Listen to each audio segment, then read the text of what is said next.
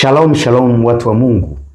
Katika kitabu changu nilichokiandika kinachoitwa Faida 40 za Maombi, leo tutaenda kuiangalia faida ya 18 ambayo nataka tujifunze kitu fulani kikubwa sana pale kinachohusiana na maombi. Faida ya 18 katika faida 40 za maombi nilizoandika katika kitabu hiki inasema maombi yana uwezo wa kumtoa mtu kwenye shida yoyote hata iwe kubwa kwa kiasi gani. Ukitazama Biblia utaona kwamba Yona alipokataa wito wa Bwana alafu akawa amekimbia Tarishishi, baadaye alitupwa katika ile bahari baada ile merikebu alikuwa amepanda kuwa ina mawimbi makali, na alipotupwa katika bahari samaki aliamriwa na Mungu akammeza Yona. Lakini Yona alikuwa na akili sana. Kule katika tumbo la samaki alimuomba Mungu kwa bidii sana. Yona alipomuomba Mungu, faida ya maombi ilidhihirika. Yule samaki alienda akamtema, akamtapika Yona pwani kabisa, na Yona akapona, akaenda katika wito wa Bwana. Lakini mfano mwingine ambao tunauona katika kitabu hiki ni pale Paulo na Sila walipotupwa gerezani. Badala Paulo na Sila kulia na kusubiri hukumu kesho yake, waliingia katika sifa na maombi ya kiwango cha juu sana, na faida ya maombi ikadhihirika usiku ule ule. Milango ya gereza ikafunguka, vifungo vikawaachia, wakaachiwa huru. Kwa hiyo maombi yana nguvu sana. Lakini nataka tusome kipengele kimoja kwa pamoja ambacho nimekiandika katika kitabu hiki. Haijalishi kwamba shetani na wajumbe wake wote wamekupiga na kukufungia kwenye gereza la aina gani. Haijalishi wamekufunga kwa kamba ngumu kiasi gani, na wamekufunga au kufungia mambo yako kwa jinsi gani.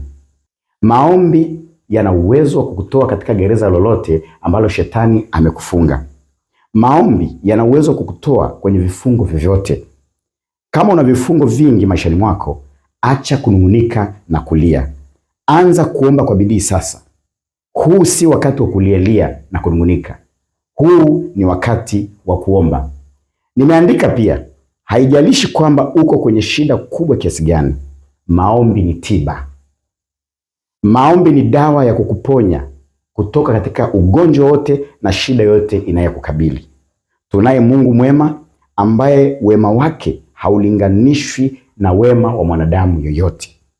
Yeye anaweza akakutoa katika shida yote ambayo imeshindikana kutatuliwa na wanadamu wengine.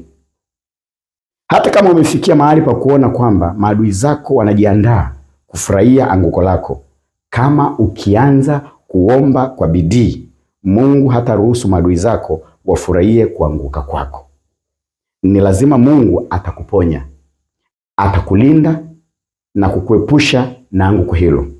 Zaburi 30 mstari wa 1 hadi wa 2 tunasoma maandiko yafuatayo. Ee Bwana, nitakutukuza kwa maana umeniinua, wala ukuwafurahisha adui zangu juu yangu. Ee Bwana Mungu wangu, nalikulilia ukaniponya. Kwa hiyo ndugu yangu unayenitazama, kila mara huwa ninahimiza kuhusu maombi. Kila mara huwa ninaelezea kuhusu maombi. Hakikisha unakuwa ni muombaji wa kiwango cha juu. Mara nyingi nasisitiza, omba kwa saa moja kila siku. Ikiwezekana, ongeza kiwango chako cha maombi mpaka masaa 3 kwa siku.